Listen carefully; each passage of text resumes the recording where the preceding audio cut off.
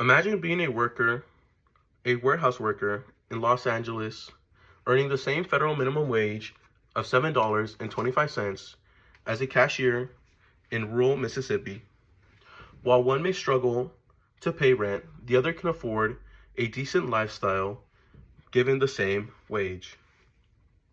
Many would rightly state that this is not fair, and to that I agree. As the important aspect, as an important aspect in discussing raising the minimum wage, the cost of living may not always receive the sufficient attention it needs, since what may be sufficient for one worker may not be sufficient for another worker living in a different area. For context, the federal minimum wage has remained stagnant at $7.25 since 2009, and many would quickly state that the simple solution to this issue would be to raise it overall.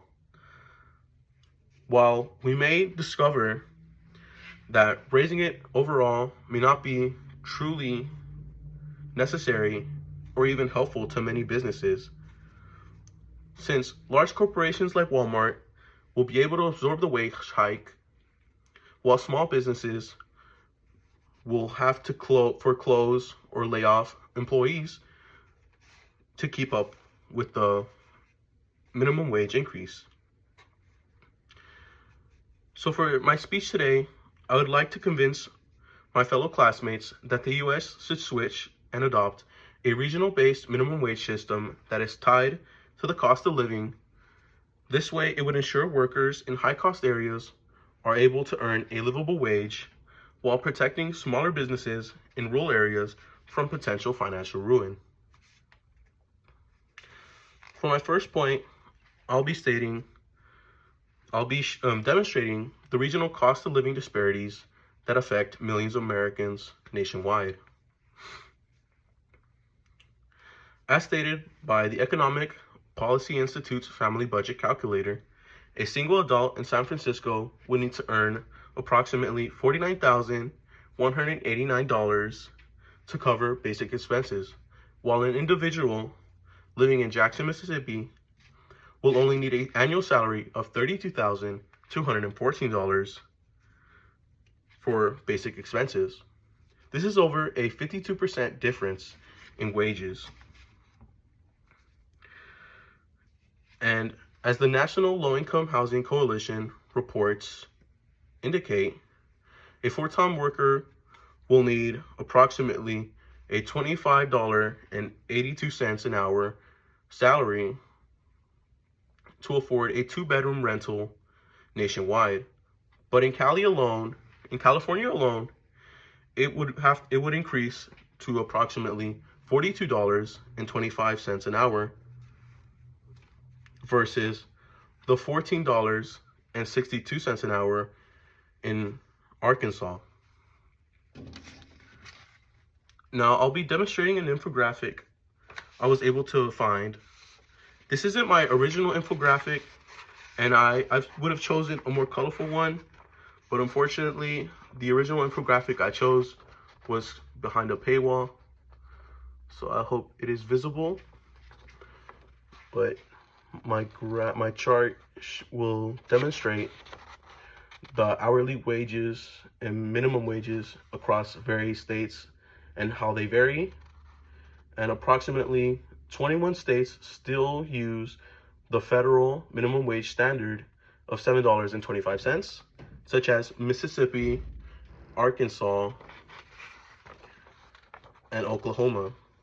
But many other such states, like California, New York, and Minnesota, have adopted a statewide minimum wage to increase for their workers.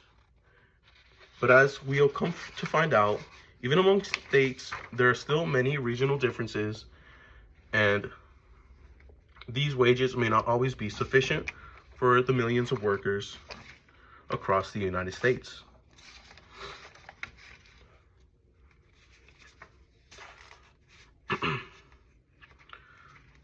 As such, the one-size-fits-all regional approach or national approach does not benefit workers as much as it benefits corporations.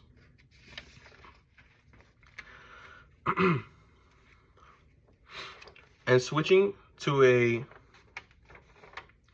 regional-based cost of living minimum wage would be much more beneficial for workers, since it would provide them livable wages in the high-cost areas, and it would reduce dependence on public assistance that would cost the government billions of dollars, as stated by the UC Berkeley Labor Center, while also benefiting small businesses by preventing overreach from larger corporations in low-cost areas.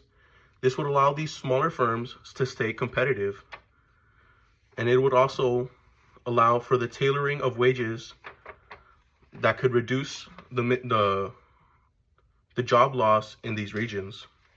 This would also boost local spending by workers and benefit smaller retails, as stated by the Federal Bank Reserve of Chicago. Now, to prove that such an approach is possible, I'll be providing as evidence the state of Oregon and New York, who have already used such regional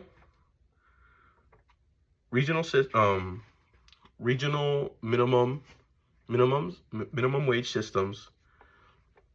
In Oregon alone, the minimum wage ranges from approximately $13.50 to $15.45. And this would be able to cover the urban and rural divides that exist in such states. Pew Research notes that 46 cities and counties have local wages that are above state levels, proving adaptability. The IEP also supports indexing wages to 40 to 50% of regional median incomes for balance. This could be implemented using the Census Bureau and the BLS data to calculate regional costs and avoid political gridlocking. So in conclusion, a regional-based minimum wage system tied to a cost of living would be able to fairly compensate workers in high-cost living areas and shield small businesses from a crushing burden of a national standard that would only serve to benefit giant corporations such as Walmart or Amazon, since they cannot match the adaptability. This would allow for true equality to be attained while also recognizing the unique differences people face, and I believe this is one of many ways that we can achieve it. Thank you.